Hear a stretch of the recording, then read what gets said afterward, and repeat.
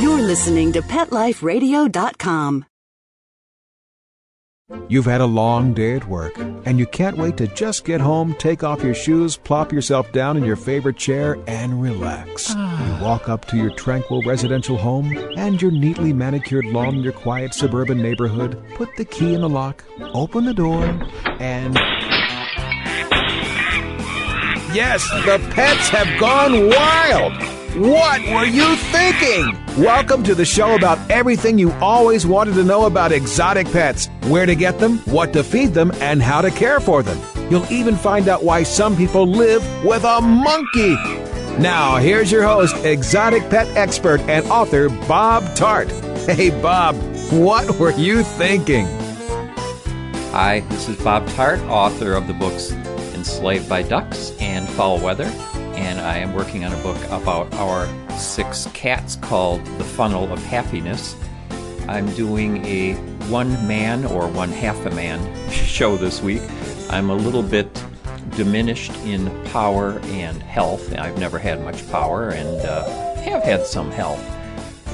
I had very good intentions of keeping up the pace of the shows that I've been doing, but I ended up getting sick a little while ago. I'm doing better now, but I got this insidious illness called shingles. I hope you'll bear with me if I talk about that and some other things a little bit. This is sort of a catch-up show. I am going to talk about a new bird that we got, so I will keep on the subject of exotic pets, but I think anyone who has put up with this show and listened to it off and on over the years, or over the year and a half, has discovered by now that oftentimes it's almost more of a podcast blog about things that are going on in my life.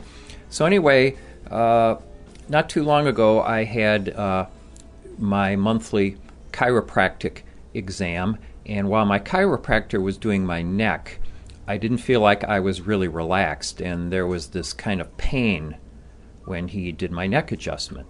I didn't think a whole lot about it, but by the next day I started getting a headache. That was a Thursday. And then by Friday, the headache was really quite bad, although strangely enough, it was moving around a little bit. And I was also getting some pains in my teeth. But I decided that it had to be because of what I thought was a bad neck adjustment. So I went back to the chiropractor and explained what had happened, and he was quite chagrined by the whole thing and was good enough to very carefully stretch my neck this way and that and massage it, and then very meticulously do another adjustment. And he said he would call over the weekend or by Monday or so to see if I was any better, and for me to call him if I needed anything. Saturday things got a little bit weird because not only did I get these excruciating sharp jabs of pain in my head, but they were also in my left ear, in the teeth on the left side of my head, and I started getting these disgusting sores on the left side of my face. By Friday, I really was a mess. Didn't sleep much. I felt as if someone had put a metal bucket over my head, and at intervals of 20 seconds, maybe 30 seconds, would take a metal spoon and hit the bucket here and there on the left-hand side.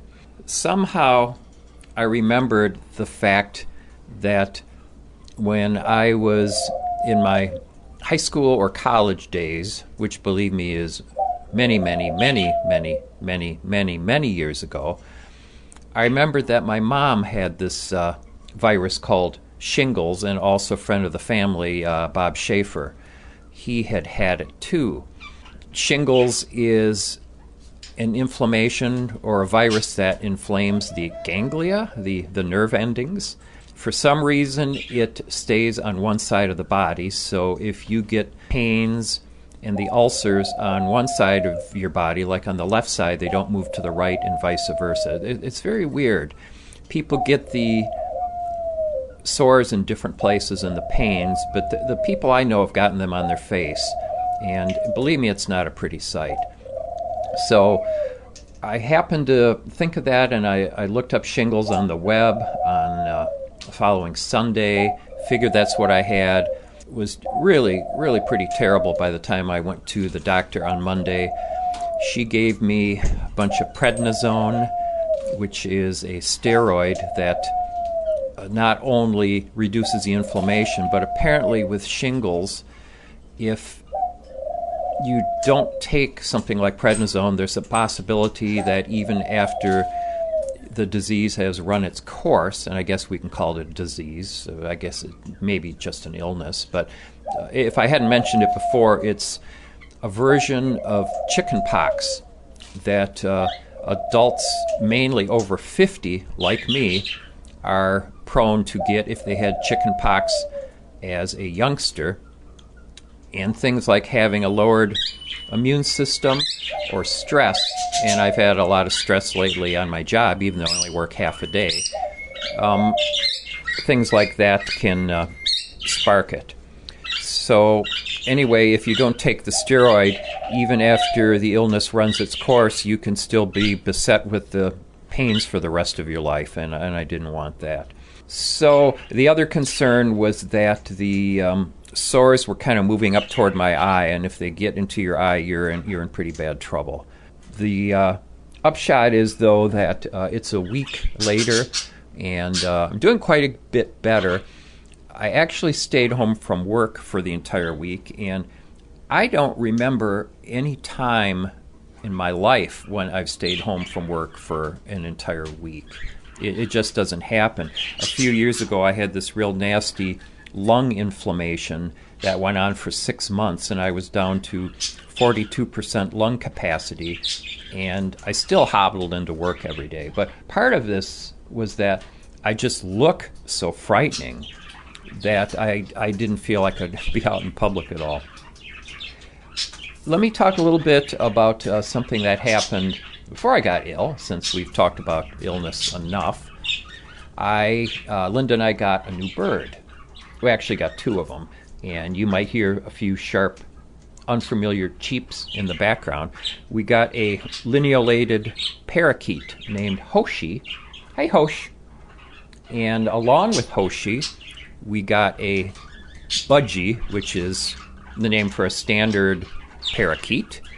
And the budgie came to us named Chio, but Linda wanted to rename Chio Georgie, and Georgie sounds a bit like Chio.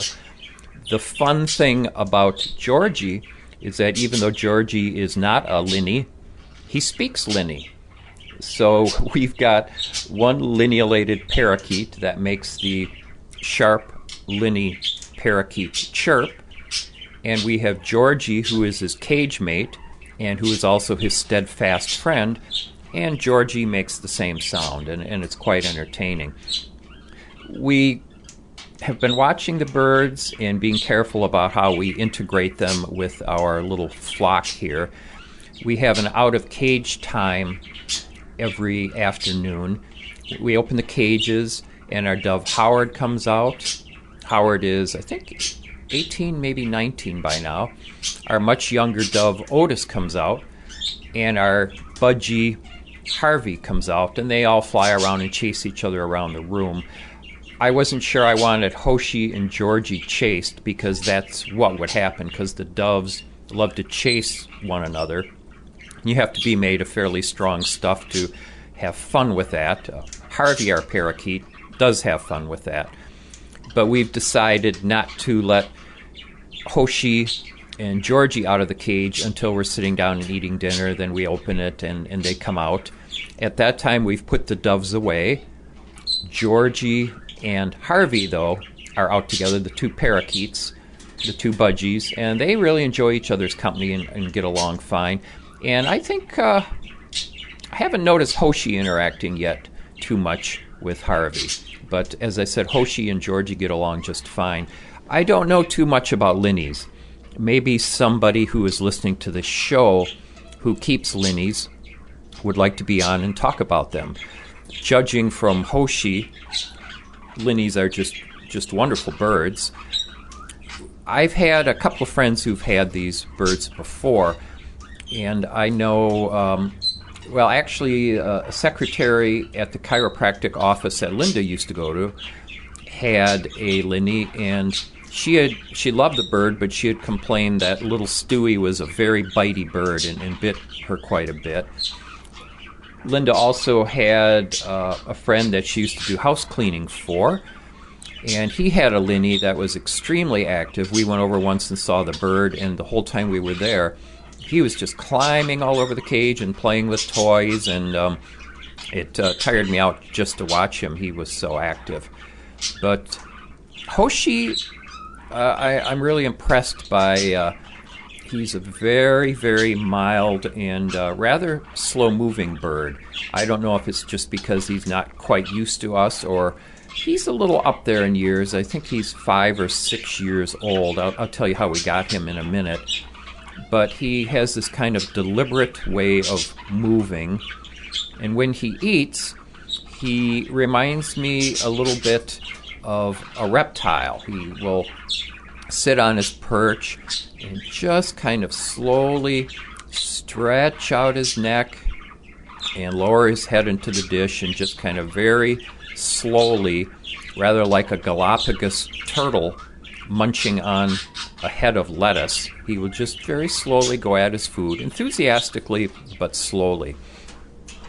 I believe that Linnies in nature, in the wild, in Central America, that the natural color is green, barred green, I think you would say, because lineolated, I take it that means having lines, or barred. These birds are also called barred parakeets. They have been bred in different colors. Hoshi is quite a nice dark powder blue in color.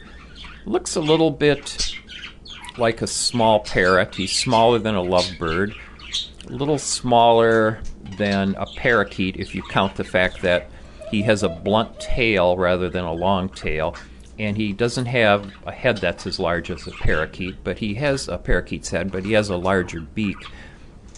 Hoshi came to us in a feather-picked condition, and I guess he's going to stay that way. The woman who gave him to us, she's a very responsible bird owner, but she's in her 20s and is trying for a career, and these days with the economy being what it is, she has to set out different places trying to find something in the zoological field, and she takes various internships, and she is excitingly off to the East Coast to a wildlife refuge on Fire Island off Long Island. She's going to participate in a study of a shorebird, a kind of sandpiper, I believe. No, it's a kind of plover called a piping plover or piping plover. If it's not a downright endangered bird, it's close to it. So there's a study going on there, and she's going to participate in that. She had left once before to work, well, actually a couple times. She's gone to different parts of the country for internships. So Hoshi and her mate at another point in time lived with somebody else, and during that time apparently Hoshi's mate feather-picked Hoshi quite badly. So my comparing Hoshi to a reptile is even more accurate if you see him. I'll try and post a picture on the Pet Life Radio website, because with his baldness on top of his head and also on parts of his neck, it makes him even more lizard-like. But he's a very sweet bird. He just loves people. He will, even when he didn't know me very well, he would sit on my finger, and he comes out and loves to eat out of my hand. I really can't say enough for him. And the little budgie that came with him, Georgie, is also a very nice bird, not anywhere near as tame as Hoshi.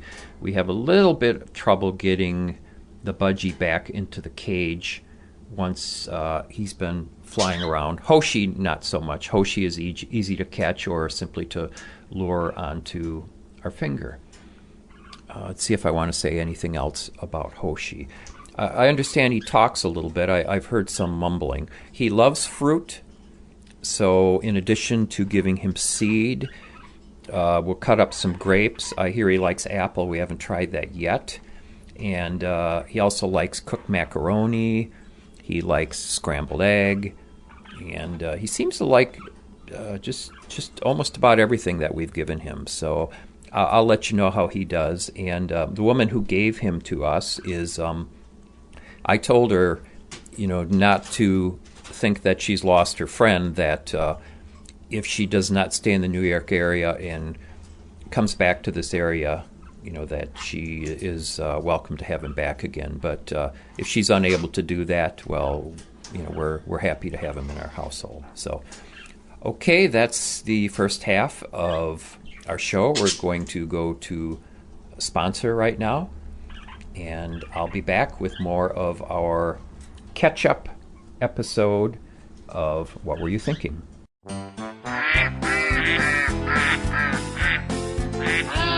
What Were You Thinking? We'll be right back after Bob gets the ducks out of his living room.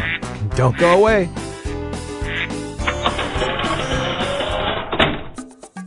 Hey, ready to take a walk? Not just you, but the whole family. It's the 2009 Whisker Walk, Sunday, June 7th from 11 to 3 at the Lancaster Fairground in Lancaster, Massachusetts. Pet owners and animal lovers walk to lend a paw to benefit the animal shelters and pet charities they love. Come see exhibits, demonstrations, educational programs, special attractions, product giveaways, entertainment, auctions, raffles, food, fun, and things for adults and kids to see, do, and buy, both human and pet related. Whisker Walk 2009, a fun day for everyone. For more information, log on to whiskerwalk.org.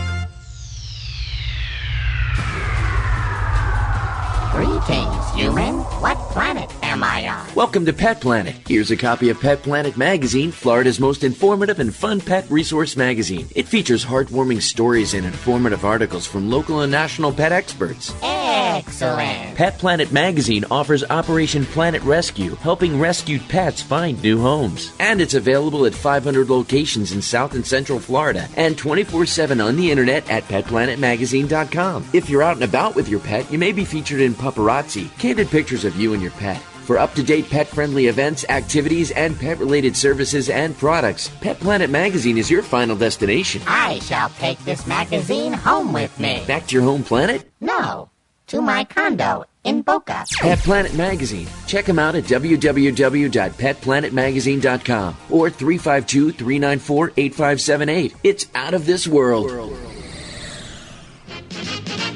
Here's the story of a lovely lady who is bringing up 3 very lovely goals.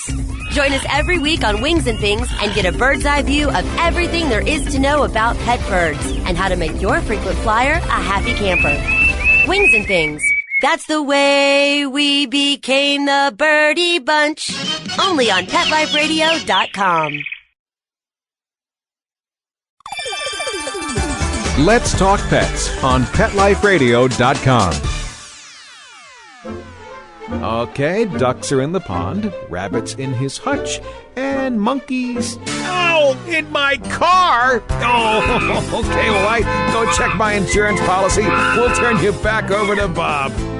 Hi, welcome back to What Were You Thinking? This is Bob Tart, and I'd like to remind you that if you'd like to be my guest, if you have an exotic pet of some kind, be it a skunk, a ferret, a tarantula, anything except a dog or cat, although we do talk about dogs and cats at times, chances are good to exceptional that you will be a guest on the show. Just email me at bob@petliferadio.com.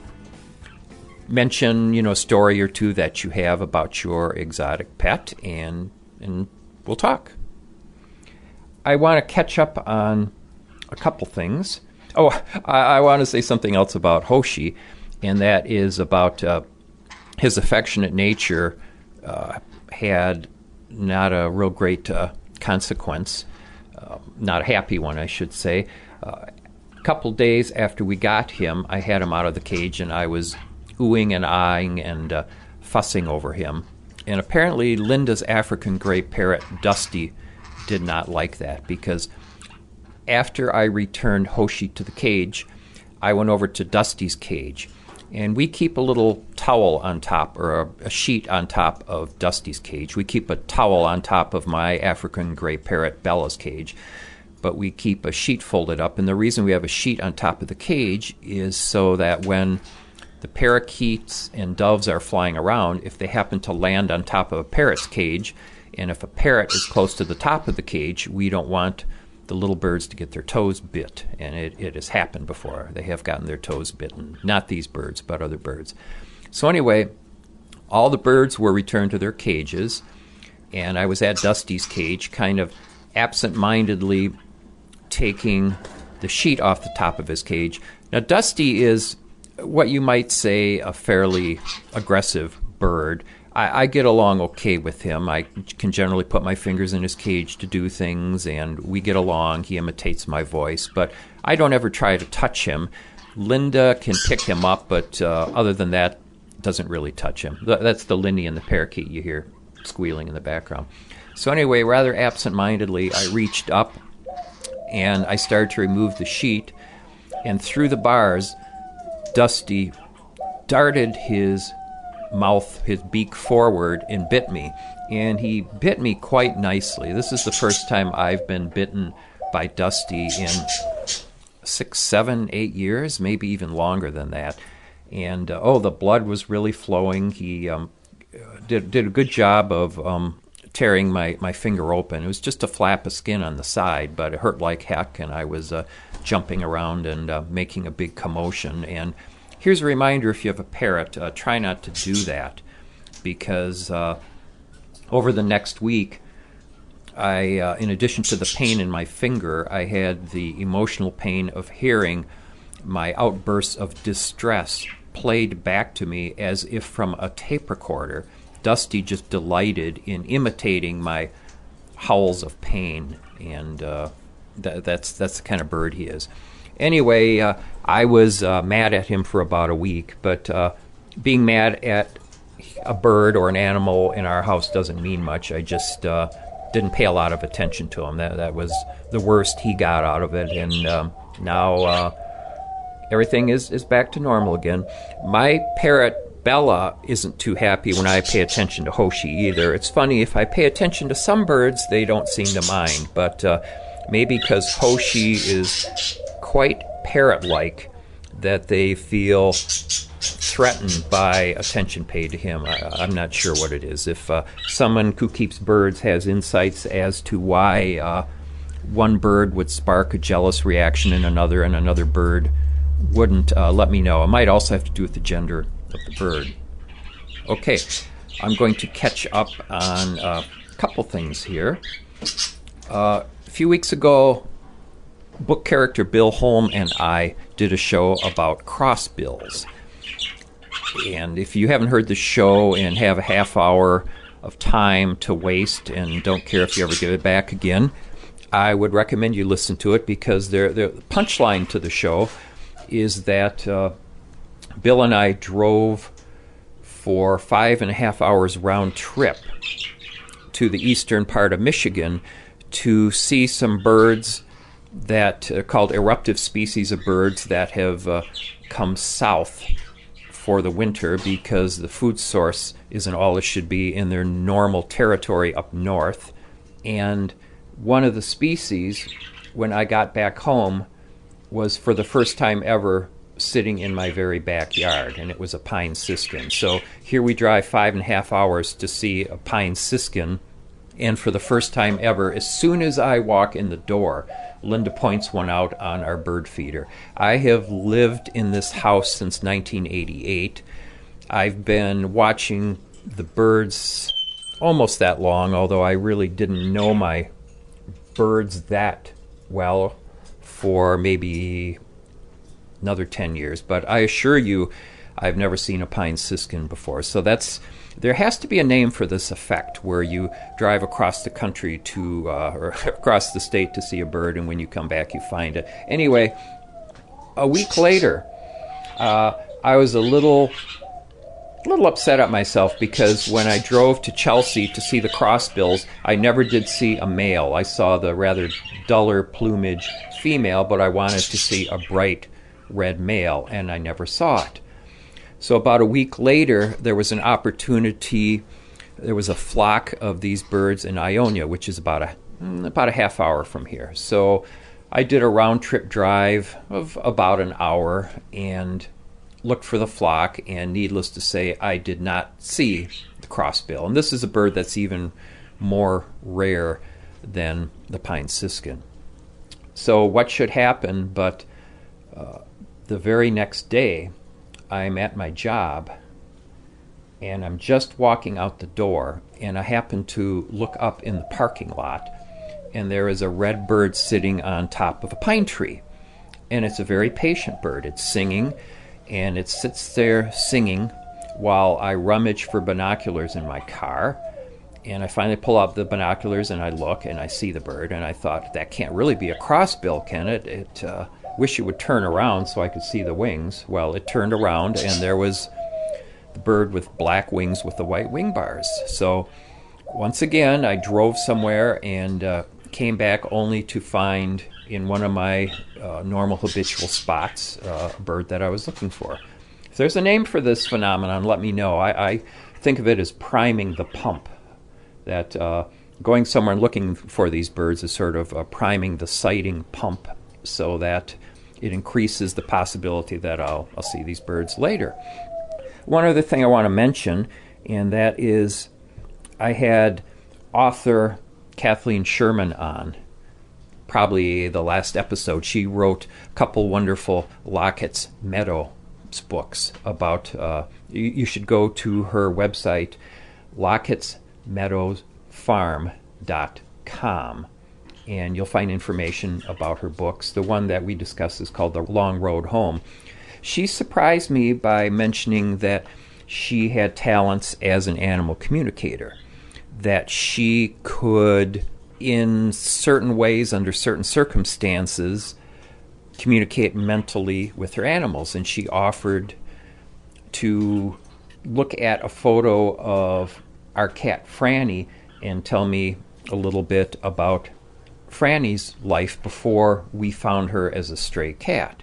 So I sent her the photo, not expecting much, and she sent me a response, and it was pretty detailed, saying that Frannie had been owned by a woman who lived with a couple other people, and that for some reason the woman who had brought Frannie home had disappeared. She didn't know why. And then the other people in the house, they weren't really attached at all to Frannie, and so while they continued to feed Frannie, who lived outdoors, Frannie started to feel like she needed more than that, more than just being fed, and so she eventually ran away and found her way to us. So it was a little more detailed than that, but you hear that, and it's a good story, and it's as good as any story. I'm open-minded about these things, but what made me more than open-minded is, first of all, she described Frannie's personality really well, and I didn't know how she could get that from just the photo. But the other thing she said, she said, Frannie is showing me a yellow and white cat. Does she have a sibling? And then she also mentioned that, according to Frannie, this yellow and white cat is a real thorn in her side. That really made me stand up and take notice, because the only cat that Frannie does not get along with is our yellow and white cat, Tina, and Tina is indeed a thorn in Frannie's side. I've never mentioned this cat before. No pictures on my website, never written about Tina, the yellow and white cat.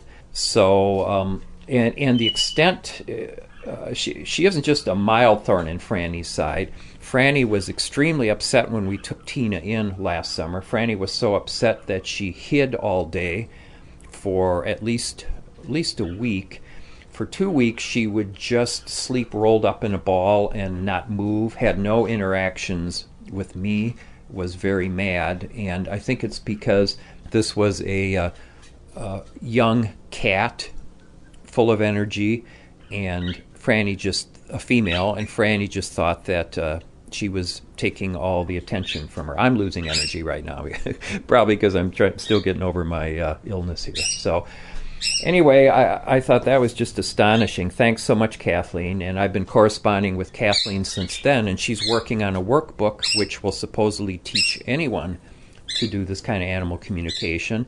And I've been trying it myself, and if I continue to have successes with it, I haven't had anything like Kathleen, but I've had some things that I've learned about Frannie which have turned out to predict behavior, which she shows to me over the succeeding days. Anyway, if I continue to have successes with it, I will talk about it on a later show.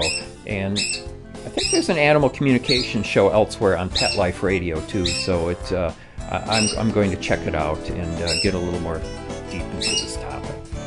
So that's probably enough rambling for this episode of What Were You Thinking? Thanks so much for tuning in.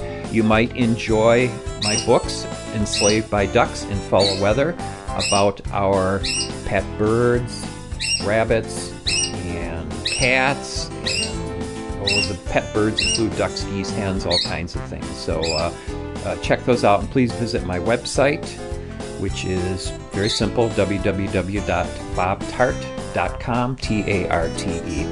Thanks so much. Thanks to my long-suffering producer, and we'll see you next time. Bye-bye. Thinking about buying a monkey? How about a ferret or a skunk? Then check out the show that will answer the burning questions. Where do you get them? What do you feed them? How do you take care of them? And most of all, what were you thinking? With exotic pet expert and author Bob Tarte, every week on demand from PetLifeRadio.com.